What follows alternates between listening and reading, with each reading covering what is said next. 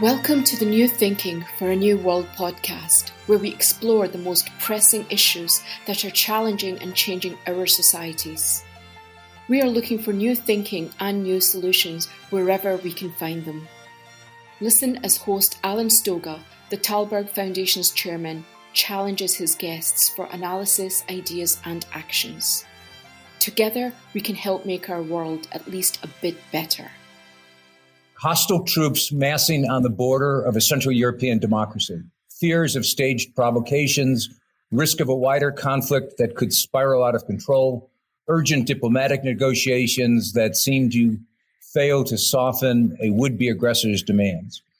No, it's not 1938, it's 2022. But Russia's threats against Ukraine and its demands for new security arrangements in Europe sound all too familiar.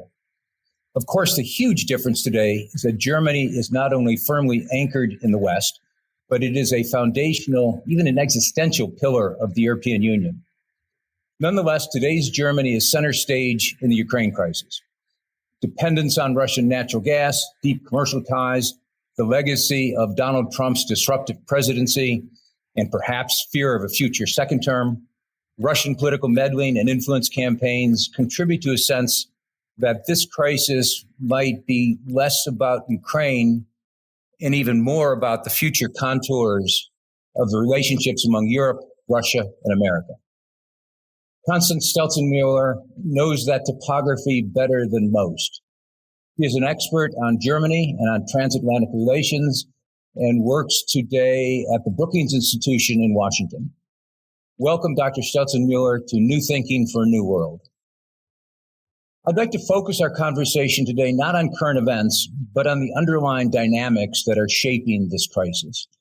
High on that list is energy. You recently wrote about Europe's energy trilemma, your term. What does that mean?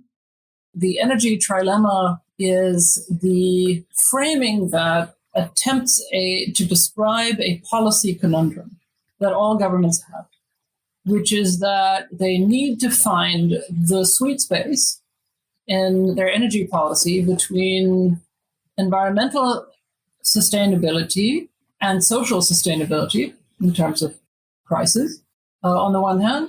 Then secondly, security of supply and national security. Very often, gas and oil contractual relationships come with complex security relationships, whether you're importing from Iran, from Saudi Arabia, from Norway, not so much, but certainly from Russia. So Germany in particular, but in general, Europe has a high dependency on Russian gas. That has been a conscious set of choices over a long number of years. Nord Stream 1, now Nord Stream 2 pipeline. Russia is Germany's largest supplier of natural gas.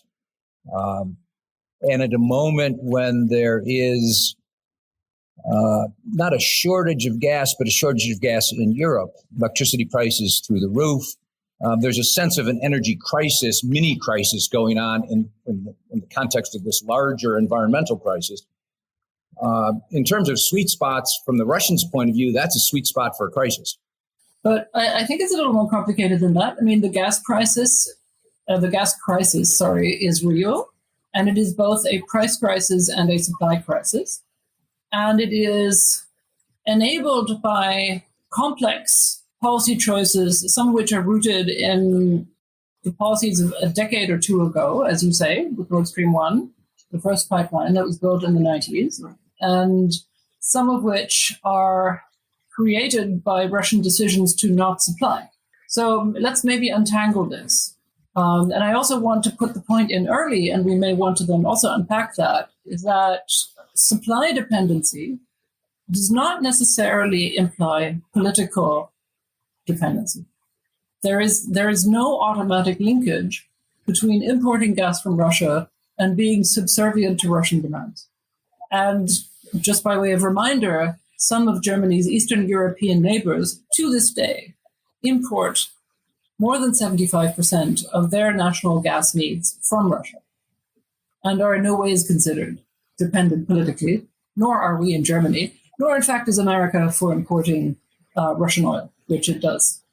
So what happened in European and German energy policy was that there are countervailing political and economic and technological forces here that are, as it were, sharpening this trilemma and enabling the Russians to put pressure on Europe and Germany. And that is the fact that the Germans have been trying very hard with a lot of investment in technological innovation and a lot of government subsidies to transition away from fossil fuels, not just oil and gas, but also coal, of which there's a lot in Germany, to renewables. That process has, on the whole, been successful, but it has moved much more slowly than was hoped and predicted. And we are nowhere near substituting the entirety of our energy consumption needs with renewables. And then a second decision was made after the tsunami-induced nuclear catastrophe at the Fukushima nuclear plant in Japan in 2011. There was such fear and outrage in Germany, I think fueled perhaps also by the still very vivid memory of the Chernobyl disaster. That was a nuclear power plant in Belarus that very nearly exploded in the 1980s. And Chancellor Merkel made the decision to take Germany out of nuclear power, which was completely in sync with what a large majority of public opinion wanted, but sadly was not in sync with our energy needs and our energy policy. In other words, it made us even more dependent on fossil fuels, more dependent on gas and oil imports, and more dependent on coal, because the renewables haven't gotten to where we want. And Germany is the most extreme case of this in Europe, but it's not the only one by any means. The additional factor in this crisis that is enabling the Russians to weaponize their position as a gas supplier is a huge energy need from China. And the fact that gas, which used to be non-fungible because it went only through pipelines, gas has become a much more fungible commodity and can now be sold and moved around much more quickly as liquid natural gas. And so there is now an alternative market for the Russians in China. It's not quite as large as the Russians would like it to be. And it's not as large, so large that it can replace European demand, which remains very important for the Russian supplier. But as you describe it, Constance, it's a perfect storm. That's exactly right. Choices made, choices not made, accidents, literally accidents, and events in other parts of the world. The Chinese, who had some of the exact same problems in terms of their energy transition sequencing, which is to say we are where we are. The Russians clearly do have an opportunity to pressure Germany in particular, Europe in general. Probably not the last time that Mr. Putin would take advantage of that kind of circumstance. With what consequences? How do you think, what do you think the reactions will be? I saw a poll recently, earlier this month, that said, and I have no idea the credibility of this poll, but claims that 60% of Germans say they want Nord Stream 2 finished. Yes, I think that was a Forza poll from January, which is a reputable polling institute in Germany. How does this work itself through, first in the current circumstances, and then from a security point of view, what do you do about it in the medium run, if anything? So, having run a poll myself for 2 years for my previous employer, the German Marshall Fund, I am exquisitely aware of the importance of the context in which a question is asked and of the follow-ons. And I think that we should not put too much weight on those poll numbers because there are a number of different ways that I can imagine reading that answer. And I suggest we just drop that. I think it doesn't get us anywhere. It's more helpful to look at what policymakers and politicians have been doing, and then you can sort of lay that side by side with public reactions. My understanding is that on the machine room level of policymaking and implementation, Western policymakers, including Americans and Germans, have been working with each other extremely closely to design an array of economic sanctions that would serve to deter hostile action by the Kremlin. Now, the President of the United States himself in his recent press conference, in what was widely critiqued as a gaffe, actually touched on a very important and legitimate point, which is that a Russian action underneath the level of outright, full frontal invasion raises really important questions, political and legal questions of what triggers sanctions and what we do to keep them proportional, right? Any international lawyer can tell you that. And that has been a matter of debate among the allies.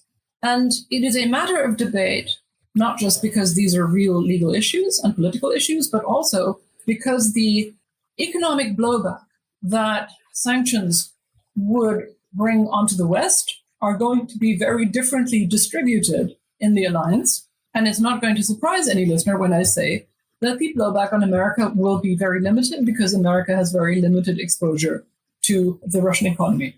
In particular, America could substitute the limited amount of Russian oil that it imports probably any time. It does so purely for price reasons. It's bad quality oil.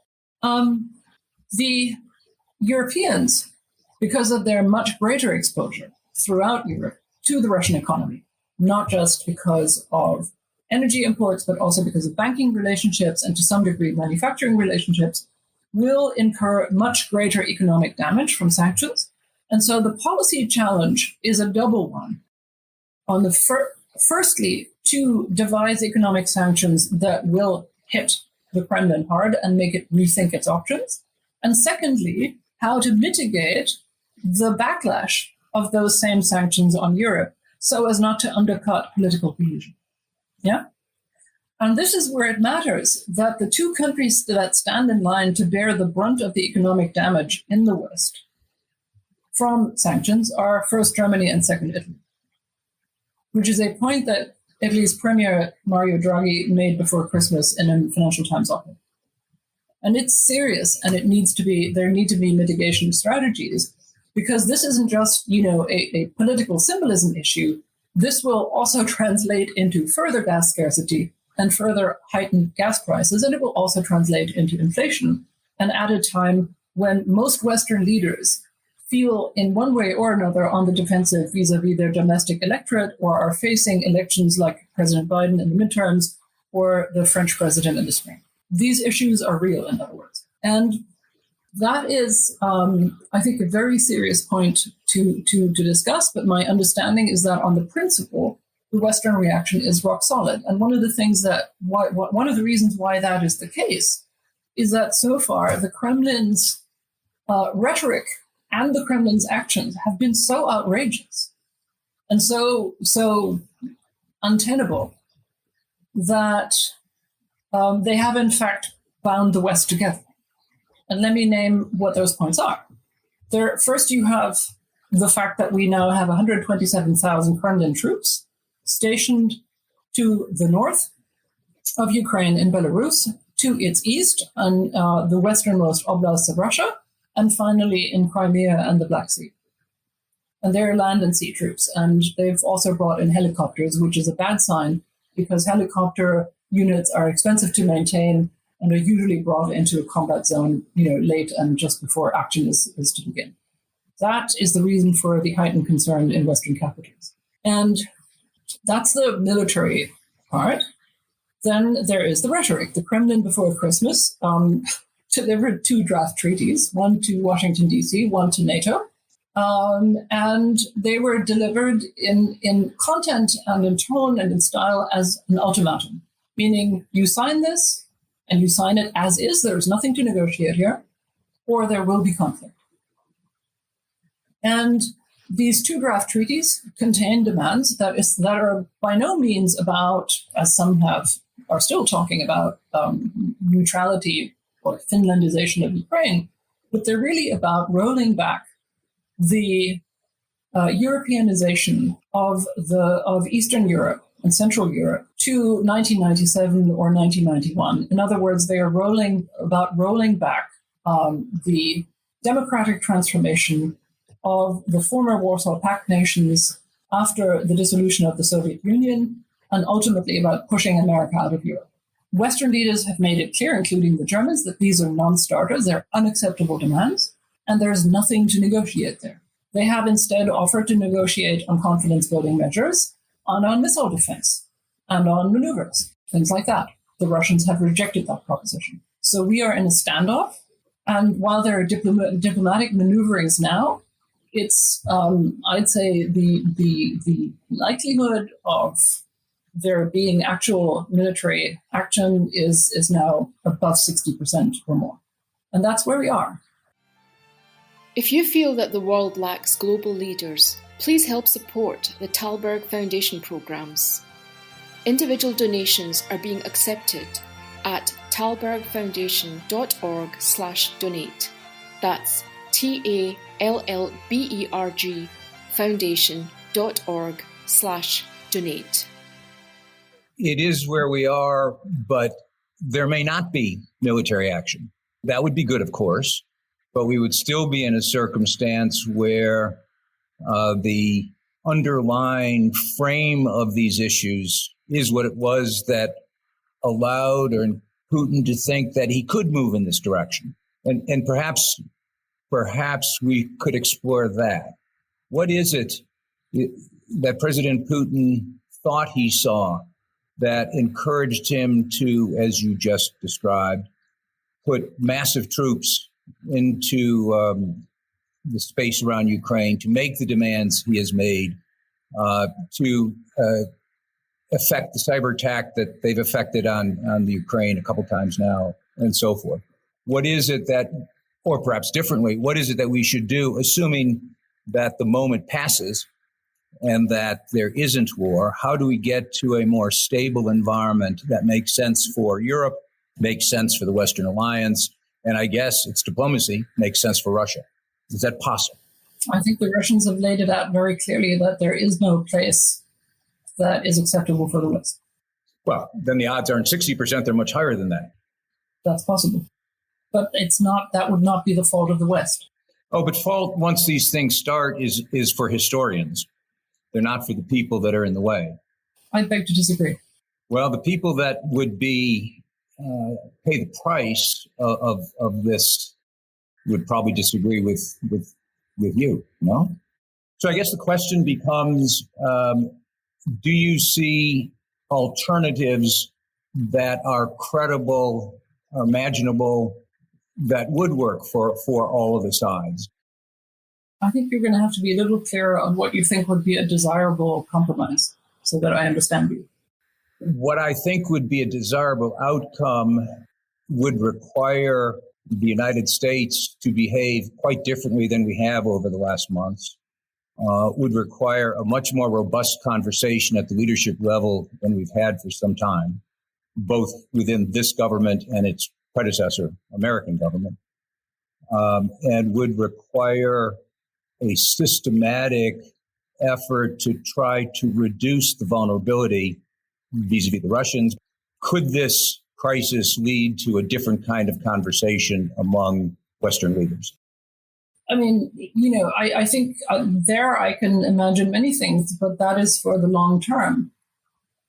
And right now, I think is not at the forefront of people's minds. Can we envisage a better European energy policy, which makes it less susceptible, more resilient to the weaponization of energy supplies and gas prices? Of course. But I think our listeners know, you and I know, just how fiendishly difficult it is to resolve this energy trilemma, to come back to the original term. Should the European defense budgets and European defense contingency planning be much more resilient? Yes, but that doesn't resolve the problem of Ukraine, right? Ukraine is not a member of the EU or NATO. And the Ukrainians are under threat of invasion. And the question for Europe and the United States is not whether it applies Article 5 to that, because Article 5 applies only to NATO members, but whether we are willing to countenance the violation of the right to sovereignty and the right to choose of a country and a state by an authoritarian superpower, a great power, sorry. That's what's at stake here. And I don't think that we can have a conversation about what it would take to make us all more resilient to bullying by an authoritarian great power, but that doesn't resolve the current standoff. And I think the understanding in Western capitals right now is that this is no longer about, say, neutrality for Ukraine, but it is really about America's presence as a European power and about Europe's relationship with America in defense terms and in political terms. And that's not something that I see a potential compromise on, because the Kremlin has set its demands so high that I don't really see how to do this. And again, you will recall that after they published those two draft treaties, the deputy foreign minister of Russia, Mr. Ryabkov, said that as far as the Kremlin was concerned, these two pieces of paper could be signed on the following day because there is nothing to change about them. If that's not an ultimatum, I don't know what it is.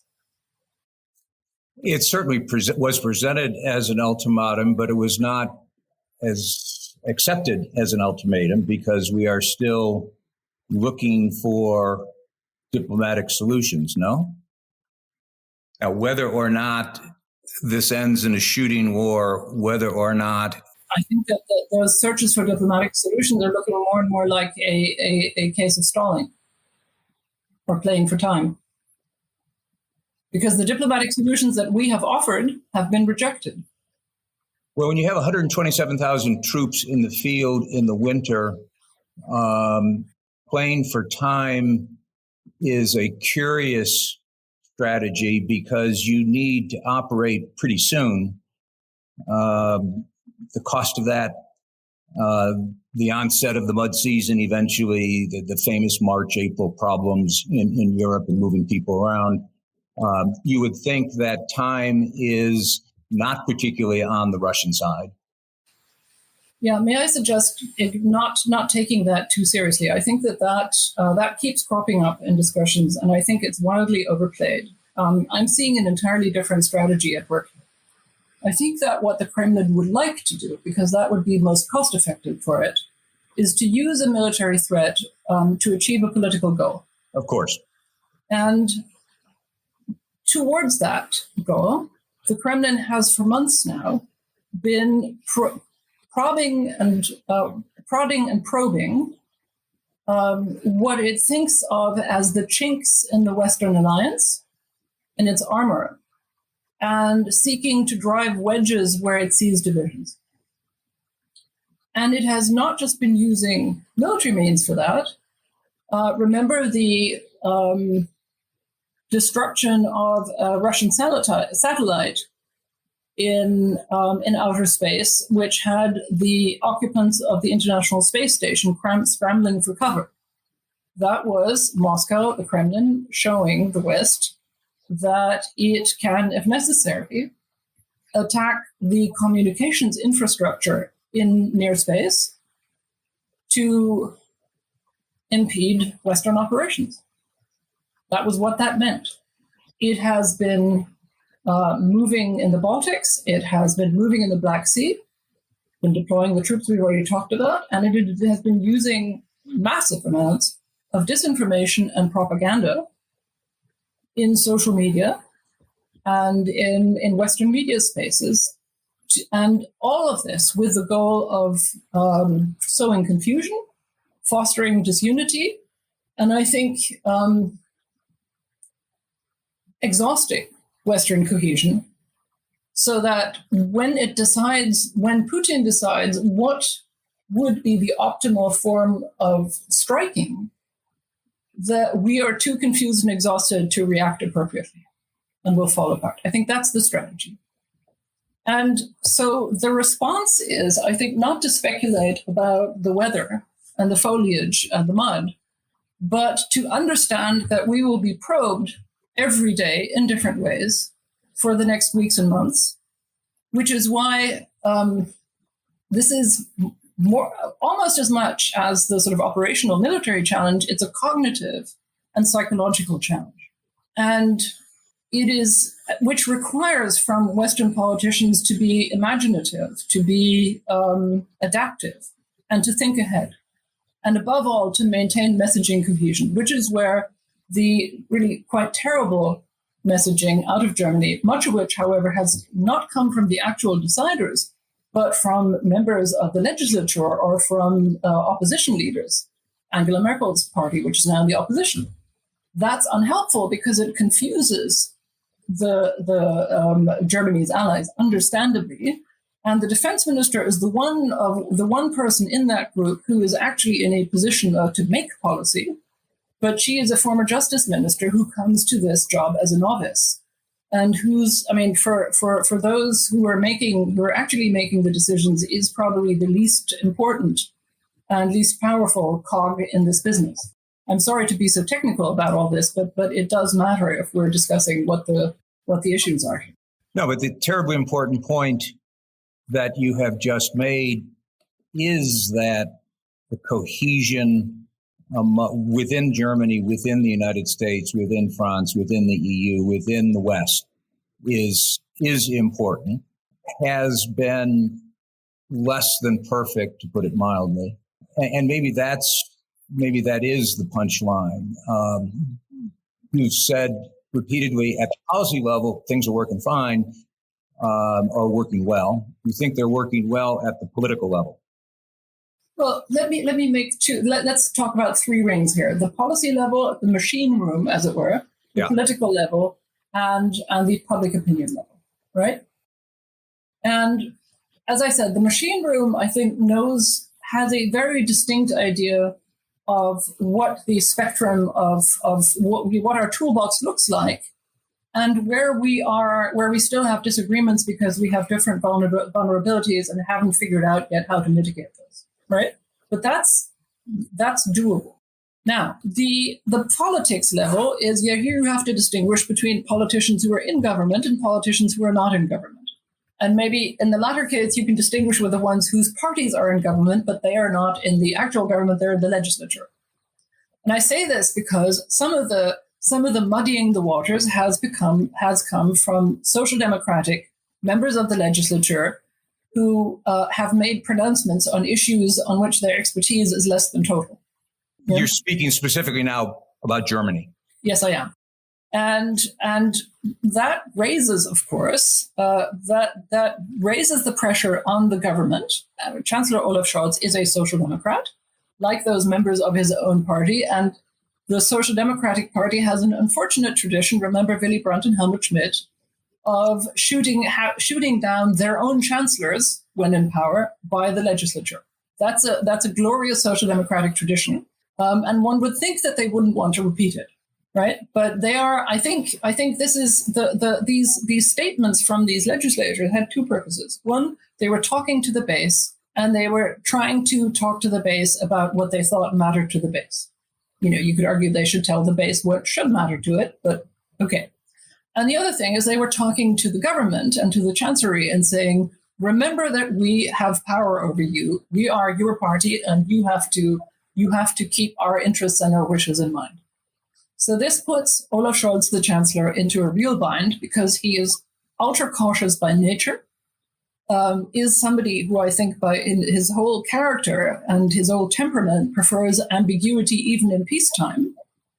And of course, I think quite understandably, in a situation where you really don't want to tell the Russians what you're going to do in which scenario, also prefers very clearly and with really good reasons to maintain ambiguity on sanctions. And meanwhile, he has all his legislators mulling around and saying, we don't want this, we don't want that. And then you have the head of the opposition, the Christian Democrats, the Christian Democratic Party, and the Bavarian sister party giving interviews in which they're also saying, but we don't want XYZ. And so it boils down in the end to a leadership question. Is Olaf Scholz willing and able, by temperament and by choice, to sort of bang his shoe on the desk and say to his own party and to the opposition, would you please shut the bleeping up? Yeah. You're not helping. That's where we are right now. And to some degree, he's done that today. Well, and complicated by the very particular circumstances, political circumstances in Washington, by the circumstances in Paris, and so forth and so on. We clearly have, we don't sound terribly united at the political level, even if we're gradually sort of getting there. And you made the point earlier, and perhaps it is the punchline, that the Russians, by demanding too much, may help us get there. And that, I suppose, would be a good thing. You know, I mean, can I just say this? I don't think of myself as ultra hawkish by any means.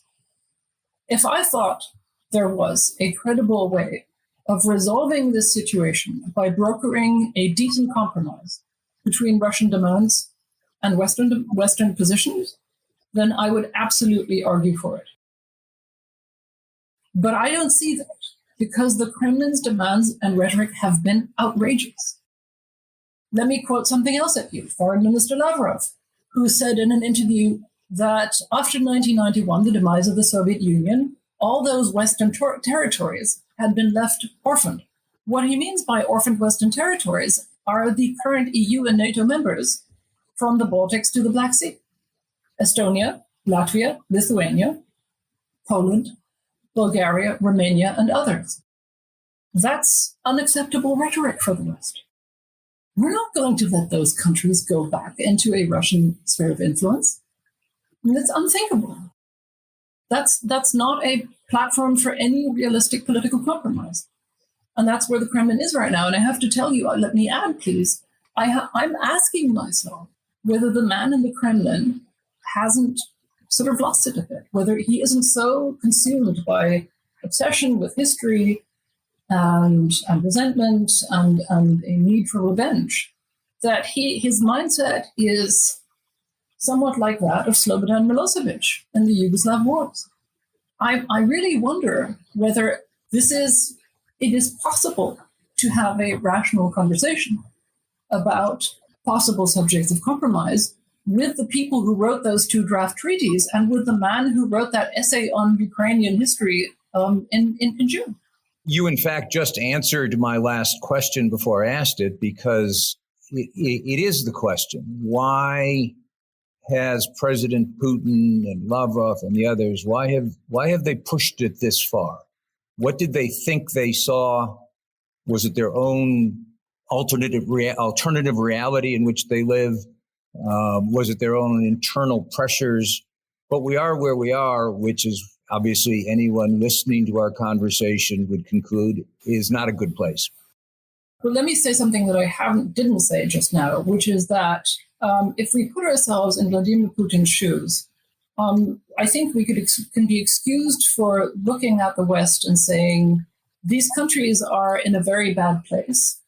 Putin probably knows that he himself is not in a good place, because although the Russian government's finances right now are looking very good and they're getting additional rent income from the gas price spike, and they have massive national reserves, most other lead indicators for the Russian economy are heading downhill. They have a completely uncontrolled COVID crisis. And while they have modernized their military, the Ukrainians have been saying, the last time we had a conflict in 2014, we interacted with, or in fact captured, we had some Russian war prisoners who were young kids who told us, that they didn't know what they were doing. And remember the protest of the soldiers' mothers in 2014, who were being suddenly told that their sons were dead and not told where they had died and not given access to the bodies. I think that there is a great deal that is wrong in the power and dysfunctional in the Kremlin's power base. And probably if there is a shred of connection with reality in the Kremlin, the assessment is things will not be going uphill from here. They will be going down.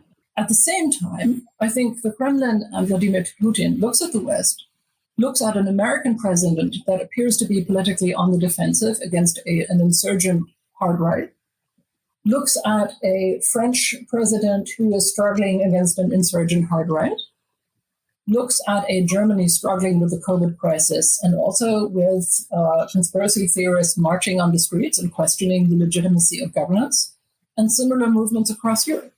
And so the Kremlin's assessment may have been not about mud in Ukraine, but about political weakness in the West. And which is why it is so important that we demonstrate that actually we value our freedoms and our democracies, not just at home, but as an alliance, and stand up to this. This is not about Ukraine anymore. It's also about Ukraine, but it is also about us and about our future as a democratic alliance. Couldn't have said it better and couldn't agree more. And I hope that we are up to that test. We better be, but I'm color me skeptical, I guess is all I can say. Thank you, Constance, for your time. Thank you for this conversation. Let's hope that 60% doesn't turn into 100%. Again, surveys. I would discount surveys. No, 60% probability. 60% probability of war. Oh, that yes, absolutely. Yes, I agree with you on surveys. Yeah. I am in fact very worried about the possibility of conflict because I think we're dealing with an extremely unpredictable actor that may not have full control over the consequences of his own actors. But be that as it may, I think I see very little to reassure anyone in this scenario. But I will say that it seems to me that it has forced all of us, including the political newcomers in Western capitals. Remember that some of the actors in Western capitals, including in the United States, were not there for the end of the Cold War, were not there for the unipolar moment, were not there for the Yugoslav wars, and grew up with the Iraq War and Afghanistan. And I think that this is forcing all of us to reconsider, as every generation must, the reason why we are allies, why we are democracies, and why we have to stand together against threats such as these. Although I would prefer it to be otherwise. I think the short answer is I agree. Thank you for joining us. Please rate our show on Apple Podcast and subscribe. Meanwhile, you can find us on Facebook, Twitter, and Instagram. Or you can subscribe to our newsletter at talbergfoundation.org to learn more about our work. That's TALLBERG foundation.org. Thank you, and we'll be back again next week for another episode of Talberg's New Thinking for a New World. This podcast was brought to you through the generous support of SNF, the Stavros Niarchos Foundation.